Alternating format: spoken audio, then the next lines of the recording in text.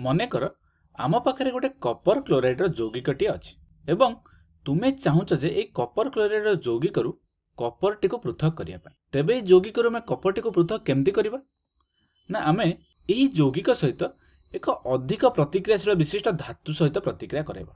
तेणु मुझे आयरन को यही कपर क्लोराइड यौगिक सहित प्रतिक्रिया कराउछि।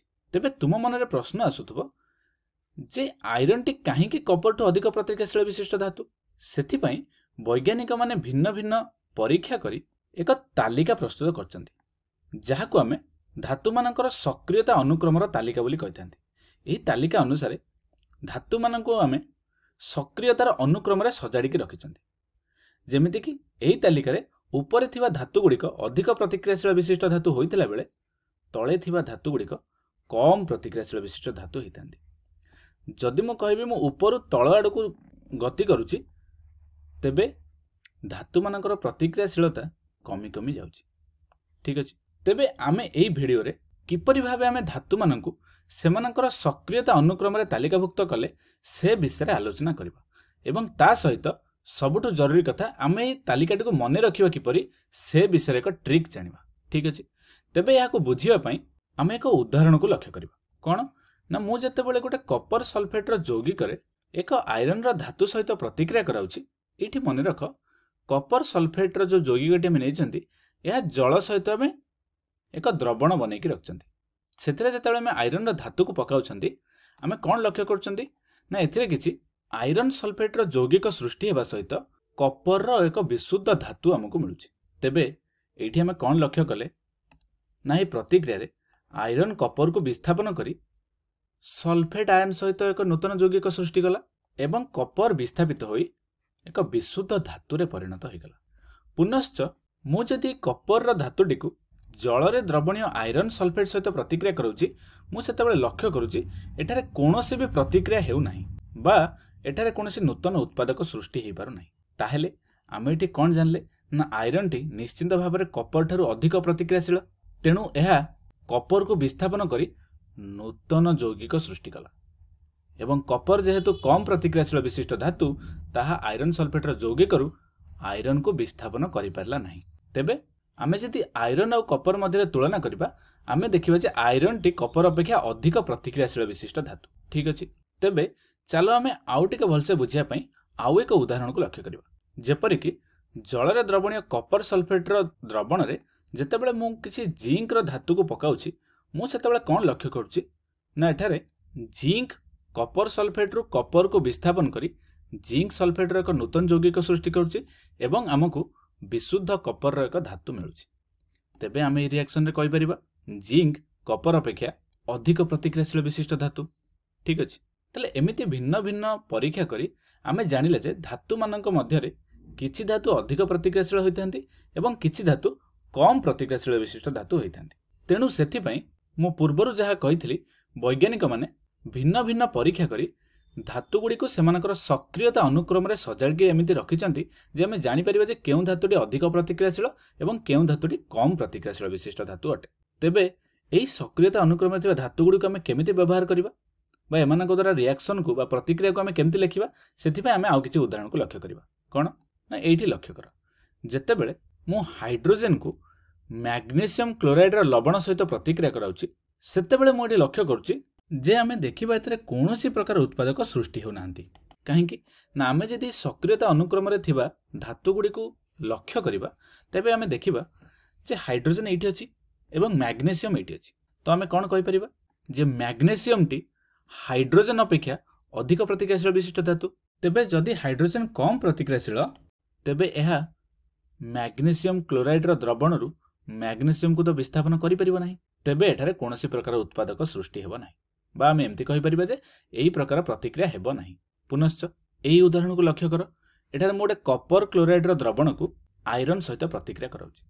तेबे मु एठी कोन लक्ष्य करिवि ना जते बेले आयरन टी कपर क्लोराइड रो द्रवण सहित प्रतिक्रिया करिवो तेबे आमे एठी लक्ष्य करिबा जे आयरन कोठी अछि आयरन अछि एठी कपर अछि एठी। तमाने जदि आयरन को कपर सहित आमे तुलना करिबा आमे देखिबा जे आयरन टी कपर अपेक्षा अधिक प्रतिक्रियाशील विशिष्ट धातु। तेबे आयरन एटी कपर को विस्थापन करी नूतन यौगिक सृष्टि करिवो जहाकु आमे FeCl2 बोली कहबा एवं ता सहित किछि मात्रा विशुद्ध कपर आमको मिलिबो। तेबे एठी गोटे कथा मन रख, आमे घरे जो प्रकार धातु को व्यवहार करथांती से समस्त विशुद्ध धातु अटे, किंतु आमे जदि परिवेश को लक्ष्य करिबा आम चतुर्पार्श्व थिबा धातु गुड़िक विशुद्ध आकार नथांती, एहा धातुपिंड आकार रे पृथ्वी पृष्ठ रे पड़ी रही थांती। धातुपिंड माने कोन, जेमति कि मु कपर को कहूची, कपर में भी ऑक्सीजन सहित नहले क्लोरीन सहित बांधी हेकी एक यौगिक आकार रे पड़ी रही थांती, जहा को हमें धातुपिंड बा ओर बोली कहि थांती। एठी जदि लक्ष्य कर, मु तुमको कहूची कपरटी क्लोरीन सहित बांधी हेई कपर क्लोराइड रो एक यौगिक बा ओर द्वारा बा धातुपिंड आकार रे पड़ी रही। वर्तमान एथुरु हमकु विशुद्ध कपर दरकार। तेबे हमें विशुद्ध कपर केमिति पाइबा?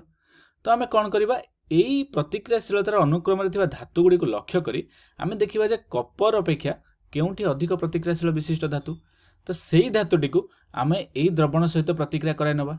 तेबे आमे कोन देखिबा जे अधिक प्रतिक्रियाशील विशिष्ट धातु जहा कि कपर को विस्थापन करी नूतन यौगिक सृष्टि करिवो एवं हमको विशुद्ध धातु मिल जिवो एवं एहा को व्यवहार करी आमे विशुद्ध धातु पाई परिबो। तेबे एठी प्रश्न होची, आमे धातु मानकर सक्रियता अनुक्रम को सहज भाव मने किपरि रखि परिबा? तो सेति पई मु एक मने रखिबार प्रणाली बा निमोनिक्स बनेछि, ताको लक्ष्य कर। कोन ना आमे जदि लक्ष्य करिबा, मु कोन लिखिछि, please stop calling me a careless zebra, instead try learning how copper mercury save gold.